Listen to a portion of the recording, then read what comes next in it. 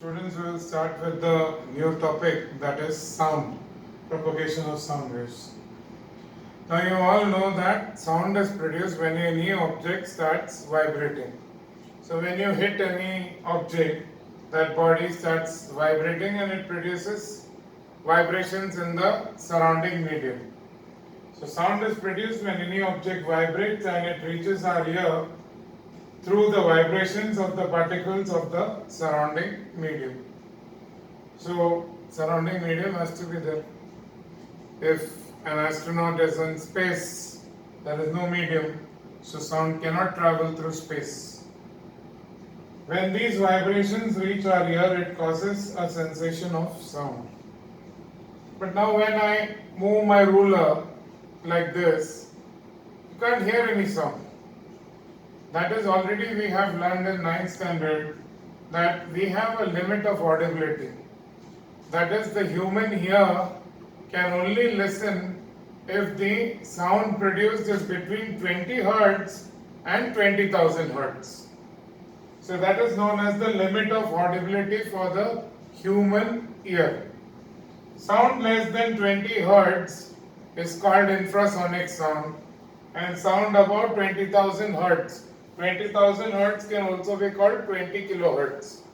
Sound above 20,000 hertz is ultrasonic sound. And this sound between 20 hertz and 20,000 hertz is known as sonic sound. That is the sonic range of frequency. So infrasonic is when you move the ruler like this, or vibrations of a simple pendulum in air. That sound can't be heard because it is infrasonic. Now ultrasonic, you know already, the sound produced by bats. They can find their path, they can't see, but they can find their path because they produce continuously ultrasonic sound, and that sound, when it hits an obstacle, it gets reflected, and the bats have sharp ears which can hear ultrasonic sound, so they know there is the presence of an obstacle and they change their path. Even there is a special whistle which is used to train dogs without disturbing humans. Dogs have better hearing. They have audibility range of beyond 20,000 hertz. So in the higher range, that is the ultrasonic sound, can't be heard by humans, but the dogs can hear it. So because the dogs can hear it, you can use that special whistle to train dogs. Now in air, sound travels in the form of longitudinal waves. You know what is longitudinal waves. Last year you had seen the figure of the tuning fork. First, when the tuning fork vibrates outside, a compression is produced, and after that, when the tuning fork vibrates inside, a rarefaction is produced. So alternate compressions and rarefactions are produced in the surrounding medium in case of longitudinal waves. So sound travels in air, sound travels in the form of longitudinal waves. That is in the form of alternate compressions and rarefactions.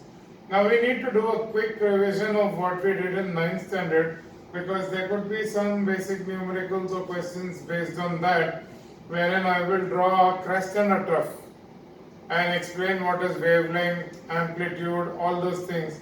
Same thing which you had done in sound in standard 9. So now we will see some technical terms related to wave motion, which we had even seen in 9th standard. So this is a wave. This is comprising of a crest and trough. So one crest, one trough, one crest, one trough. Such waves are known as transverse waves, which consist of alternate crests and troughs. Whereas longitudinal waves, or your sound wave in air is longitudinal wave, it will consist of compression, then rarefaction. So compression, rarefaction, compression, rarefaction.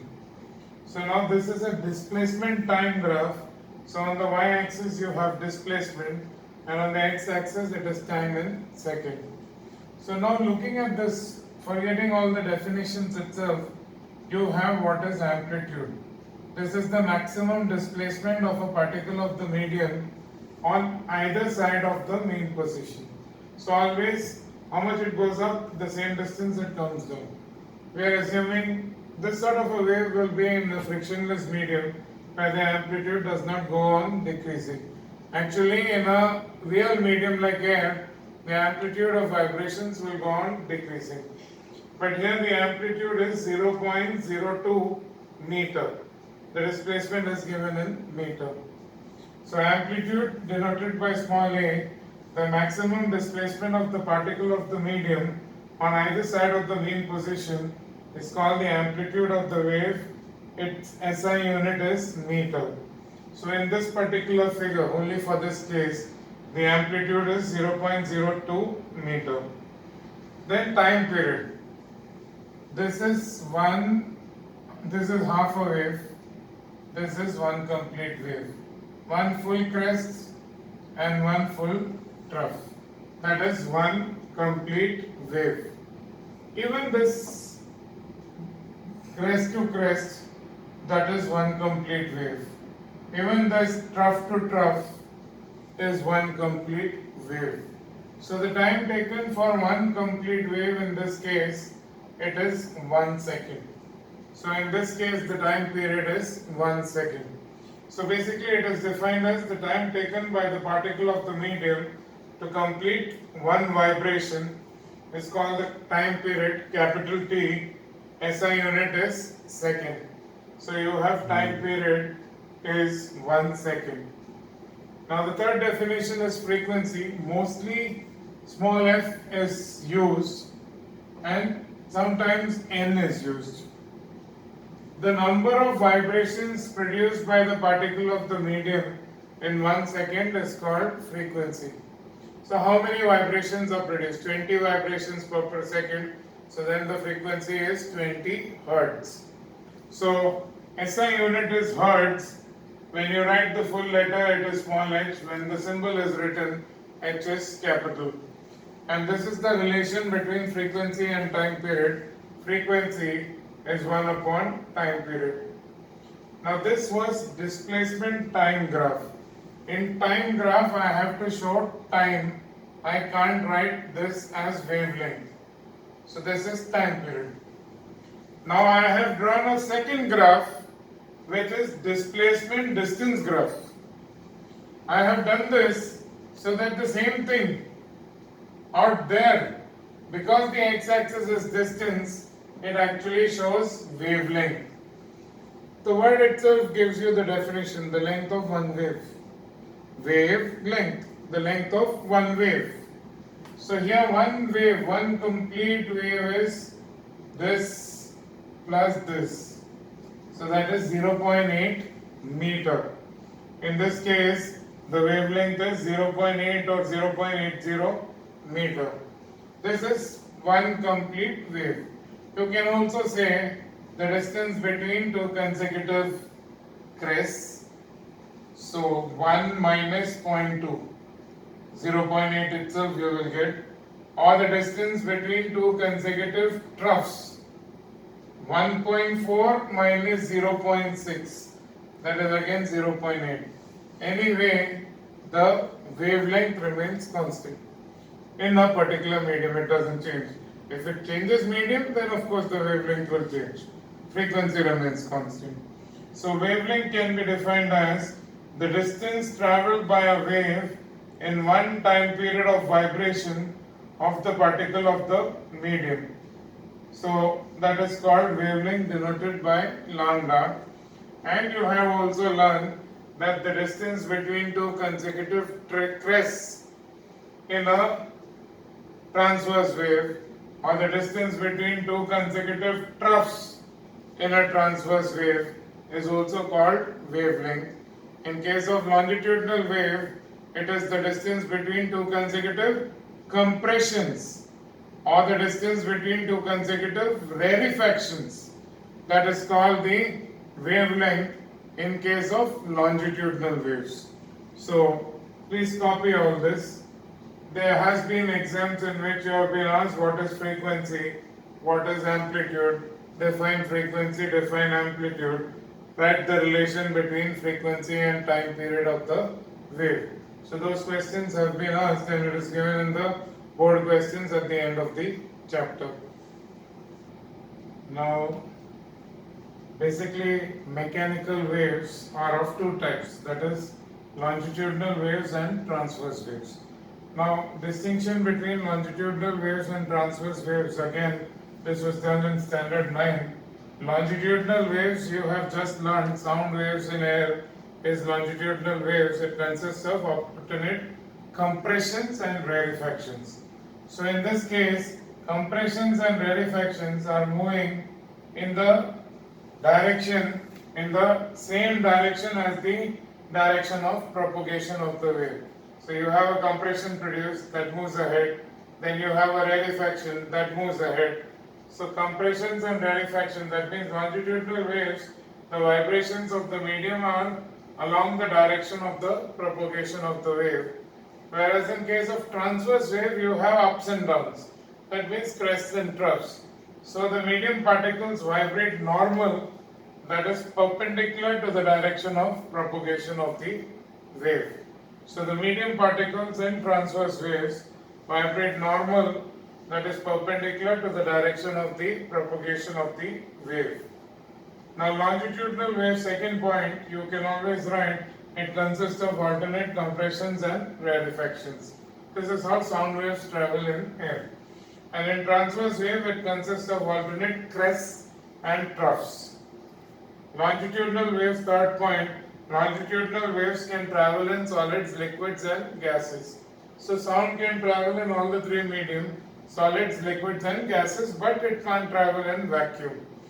Transverse waves can travel only in solids and in the surface of liquids. That means the medium should have rigidity. Only in rigid surfaces it can travel. Then last year again you had revised or learned what are the factors affecting speed of sound in a medium, not in air only. In air, of course, you had learned temperature, density, all those things, amount of water vapor or moisture, all that. But in medium, if the question is factors affecting speed of sound in the medium, there are only two factors, elasticity and density. So elasticity, of course, in your textbook, something regarding Young's modulus and all is given, which is not there in your syllabus. So you need not bother about that. If you are asked what are the factors affecting speed of sound in a medium, the speed of sound in the medium is directly proportional to the square root of elasticity of the medium, and it is inversely proportional to the square root of density of the medium. So those are only two factors that affect the speed of sound in medium. Then you have the distinction between light waves and sound waves, which is again something very simple. You've learned it. You can always remember 2 points. Light waves travel very fast. In air and vacuum, its speed is 3 into 10 raised to 8 meter per second. Whereas sound waves, speed in dry air at 0 degrees Celsius is approximately 330 meter per second. Dry we are mentioning because of course with increase in moisture, speed increases. Then again I am mentioning 0 degrees Celsius because you learned last year that for every 1 degree Celsius rise in temperature, speed of sound in air increases by 0.61 meter per second. That also you had learned. So in Bombay, like today if the temperature is 40 degrees Celsius, 0.6 into 40, that is 24 meter per second more than 330. So the speed of sound in air in Mumbai today may be approximately 354 meter per second because it is hot. And there will be some amount of humidity or moisture also because now the southwest monsoon winds will start blowing by May. So then the second point in light can travel in vacuum. You know, you can see the sunlight, it travels in vacuum. But sound cannot travel in vacuum. The explosions of nuclear fusion reaction which takes place on the sun we can't hear, thank God, because sound cannot travel through vacuum. Then light waves are transverse waves, whereas sound waves in air are longitudinal waves. Light waves are transverse waves and they are electromagnetic waves, whereas sound waves, they are longitudinal waves, and you've already learned The two types of longitudinal waves, they are mechanical waves, because the two types of mechanical waves are longitudinal and transverse. So this is electromagnetic, light, and sound is mechanical. In mechanical wave, what is happening is there is conversion of potential energy to kinetic energy and vice versa. So when the particle starts vibrating, kinetic energy is changing to potential, then potential to kinetic, and so on. That is what is happening in mechanical waves. So we will continue with this. So we continue with sound with last year what we did, that is the relation between wave velocity v, could be small v, it could be capital V, frequency f, and time period t. So this, what is the relation we have to derive? Basically it comes from the basic formula of speed, uniform distance and speed formula, that is distance is speed into time. So now here we specify that the distance travelled by a wave in one time period. So if the time period is t, the distance travelled by the wave in one time period is speed of the wave into the time period. So now here we have clearly mentioned distance travelled by wave in one time period. So in one time period, yesterday also we saw in that graph, in one time period the distance corresponding to that is lambda, that is the wavelength. So lambda or the wavelength is the distance travelled, it is wave velocity into time period. So that is what is written here, but time period is 1 upon frequency. This also we had written it yesterday. So substituting for time period here, we will get V is, lambda is V into 1 by F, or F into lambda is V. Now V is F lambda is the relation between velocity, frequency and wavelength of both light as well as sound wave. We had seen the same formula and we had done one question in the board questions also based on this for light. So even for sound the same thing holds, that when the wave travels from one medium to another medium, velocity changes because lambda changes, the wavelength changes, frequency remains constant. Frequency depends on certain factors like the source of sound. Like when you pull the string of a guitar, that produces a sound of a particular frequency.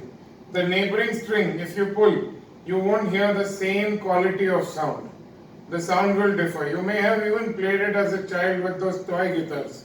So even with that the sound differs. That is because the thickness of the wires are different.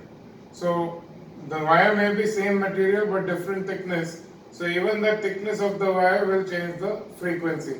We will go to those factors a bit later, but now I am trying to tell you that frequency does not change. The frequency remains same even if the velocity and wavelength changes when the sound wave travels from one medium to another medium. So frequency depends on the source of sound. For example, sound produced from one string of a guitar will vary from the sound produced by the neighboring string. So even when that sound travels from air to water, that frequency will remain the same, velocity and wavelength will change. So in this case, velocity is directly proportional to wavelength. So if the question asked is, if the wavelength of the sound increases when it travels from glass to water, when it travels from glass to water, if the wavelength increases, what will happen to the velocity? It is directly proportional, so it will also increase. And what will happen to the frequency? No change, because frequency depends on the source of sound and not on the medium in which it is traveling. Now, reflection of sound. Sound can be reflected in the same way like light is reflected. In fact, it can be reflected easily. Sound does not require a mirror or a polished surface like light requires. Light requires either mirror or total internal reflection. Sound does not require that. There is only one condition, that is sound can be reflected by this board, by the wall, by any object around you. Of course, there are some material which absorbs the sound. It is not that they are totally absorbed and nothing goes out, but generally porous material, thermocol, all those things absorb sound And only one condition that is required for reflection of sound is that the size of the reflecting surface, the size of the reflecting surface has to be greater than the wavelength of the sound wave. So if the wavelength of the sound is, let's say, 5 centimeter, so the size of the reflecting surface has to be more than 5 centimeter. So only then it will reflect. That's the only condition that is required. Size of the reflecting surface must be greater than the wavelength of the sound wave. So do not confuse reflection of sound with echo.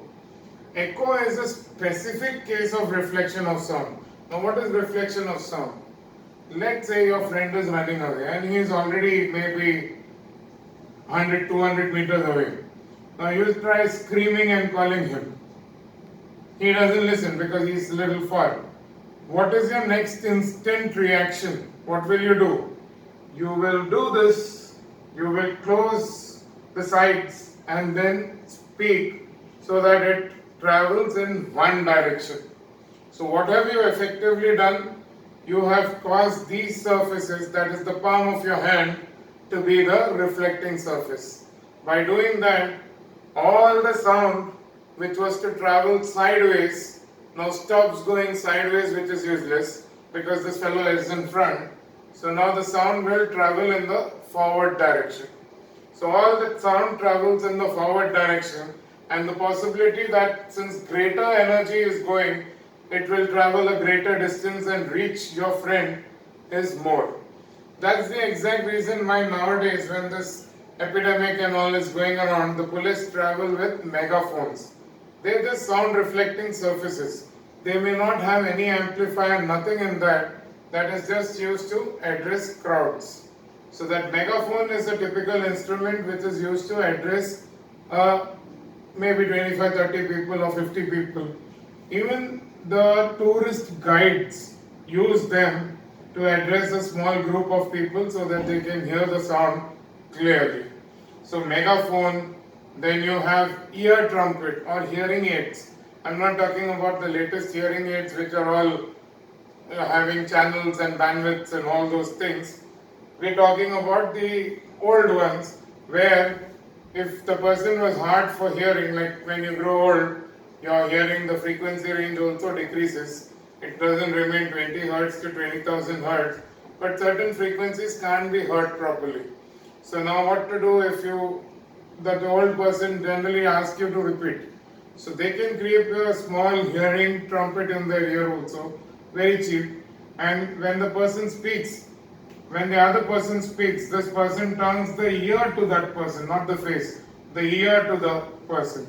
So that sound, greater amount of sound energy gets accumulated in that smaller hearing trumpet, and that reaches the human ear. So that person can hear better. Of course, the modern hearing aids are electronic devices and are much more expensive. We are not talking about that. So hearing trumpet, megaphone, just holding your hand like this and speaking so that all the sound travels in one direction. Those are all examples of reflection of sound. They are not examples of echo. Echo is a particular case of reflection of sound when the reflected sound can be heard after 0.1 seconds. So echo requires a condition also that the human ear, when I speak or when any teacher speaks in any class, you don't hear any echo. That is just reflection of sound. But that doesn't mean that this wall, this board and the walls around are not reflecting sound. They are. But the original sound reaching you and the reflected sound reaches you in less than 0.1 second. The difference between the two sounds is less than 0.1 second. So the human ear cannot distinguish between the actual sound and the reflected sound.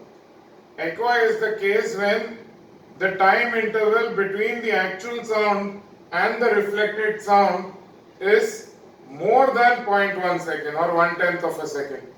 So when the time interval is more than 1/10 of a second or 0.1 second, then the human ear can clearly distinguish between the two sounds. Like for example, in Lonavala or Mahabaleshwar, there are echo points. In most of the hill stations, there are echo points. There may be 5 different hills or valleys at different distances.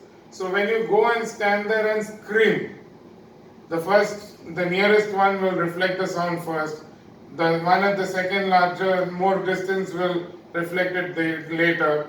And the one which is at the greatest distance will reflect that sound the last. So multiple reflections are heard. So multiple reflections of that one sound is heard. That is echo. So that is the case of echo. When multiple reflections are heard or even one single reflection heard. But that requires a particular condition to be satisfied. That is, the distance between the source of sound and the reflecting surface has to be at least 17 meter in air. In water, the distance will be different because the speed of sound in water is different. So next we will write down about echo and write a couple of examples of not echo but reflection of sound. So now examples of reflection of sound, not echo. Examples of reflection of sound: megaphone, ear trumpet, soundboard. Now what is a soundboard? It may be a designed wall behind the speaker, says that curved surface, concave reflecting surface, says that more sound reaches the audience. In this case, the speaker is made to stand at the focus of the concave reflecting surface. So all the sound that travels behind gets reflected by this concave reflecting surface. And you know that in light also you had seen that light rays, if they are moving this way from the focus, they will travel parallel to the principal axis. Exactly same thing happens with sound waves. So in this case you can see the sound waves after reflection reaching the audience. So there is greater amount of energy reaching the audience, so it is more audible. So this may be in small places where the use of loudspeaker is not required. So it's a concave reflecting wall or a soundboard. Aim is to send more sound waves towards the audience. Now echo. The definition of echo has been asked in the boards, so you have to be precise while writing definition. You should not miss out on keywords. The sound heard after reflection from a distant obstacle. So that word distant obstacle should be there. It is not the sound heard after reflection from this wall. That's not a distant obstacle, that's a nearby obstacle. Such as a cliff, wall of a building, edge of a forest, etc., after the original sound has ceased, is called an echo. So after the original sound has ceased, so once maybe someone just screamed out, after his scream is stopped or you can't hear the screaming sound once more, then suddenly you hear some echo. So that is an echo. Edge of a forest means there are many forested areas, especially you will find them in Kerala, Himachal Pradesh and all those places, where you know you are standing at an edge of a forest. And you can hear that sound of the forest also. That depends on what sort of animals or birds are there in that forest. Now when you stand near the edge of the forest and scream, the forest is a dense vegetation with a lot of plants and trees. So those surfaces reflect. I told you, you don't need a highly polished surface for sound reflection. Just any surface will reflect. So from there, similar to a hill, you will get the reflected sound. So the sound heard after reflection from a distant obstacle after the original sound has ceased or stopped is called an echo. Now there are 3 conditions which are required so that an echo is heard clearly. Now the 3 conditions that is required. First condition I have already told. The minimum time interval between the original sound and the reflected sound reaching the ear has to be at least 1/10 of a second or 0.5 second. If the minimum time interval is not 1/10 of a second or 0.1 second, then in that case this sound you cannot distinguish, or human ear cannot distinguish. Reflected sound reaches you, even now it is reaching you, but we can't distinguish between the original sound and the reflected sound. So the minimum time should be 1/10 of a second. And for this, with calculations, it has been seen that for this purpose, the minimum distance between the source of sound and a reflecting surface should be at least 17 meter if you're speaking in air. Underwater, if the source of sound is underwater, maybe a blast underwater, in that case the distance between the reflecting surface which is underwater and the source of sound also which is underwater should be approximately 70 meter. How did I get that 70 meter and 17 meter? We will have to see. That there is a question why the distance has to be 17 meter in air or 70 meter in water. In both cases, the time interval remains 1/10 of a second. Between what? Between the actual sound and the reflected sound. Now this condition was the basic condition required for any reflection, that the size of the reflecting surface has to be greater than the wavelength of the sound wave. So size of reflecting surface has to be greater than the wavelength of the sound wave. That is basic condition for any reflection, so it is there in echo also.